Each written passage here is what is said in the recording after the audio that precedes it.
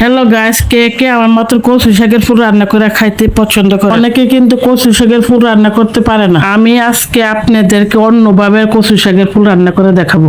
আমার রান্নাটা ফলো করে রান্না করলে আপনাদের গলা চুলকাবে না। এগুলা কিন্তু কচু শাকের ফুল। তো কচু শাকের ফুল রান্না করার জন্য প্রথমে কেটে নিতেছি। তারপর কচু শাকের ভিতরে যে ফুলটা থাকে এটা কিন্তু ফেলাই দিতে হবে। ভিতরের অংশটা কিন্তু এভাবে ফেলাইবেন না, ফেলাইলে কিন্তু গলা চুলকাবে। এই তো দেখেন আমি ভিতরের অংশটা কিভাবে ফেলাই দিতেছি। এই ফুলটা কিন্তু ফালাই দিতে হবে।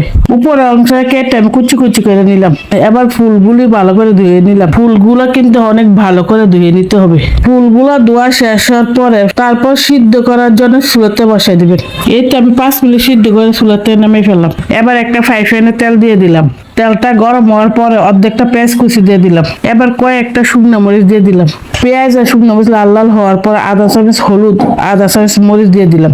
এবার পরিমাণ মতো লবণ দিয়ে দিলাম। তারপরে পেঁয়াজ রসুন বাটা একসাথে 3 চামচ দিয়ে দিলাম। এবার সবগুলো একসাথে ভালো করে মিক্স করে নিলাম। সবগুলো একসাথে মিক্স করে লাল লাল করার পরে কচুর ফুলগুলো দিয়ে দিলাম। কচুর ফুলের সাথে কিন্তু আমি ডিম দিব। আপনারা চাইলে কিন্তু চিংড়ি মাছ দিয়ে রান্না করতে পারবেন। আজকে কিন্তু আমি ডিম দিয়ে রান্না করবো, তাই আমি 2টা ডিম ফেটে নিলাম। ফেটে নেওয়া ডিমগুলা কিন্তু আমি কচুর ফুলের সাথে দিয়ে দিলাম। এবার কচুর ফুলের সাথে ডিমগুলা ভালো করে মিক্স করে নিলাম। ভালো করে লাড়তে থাকবেন, খেয়াল রাখবেন নিচে যেন ফুরিয়ে যায়। এই দেখেন আমি কচু শাকগুলো একটু পাইপেনে লাগে নাই আর ফুরও যায় নাই।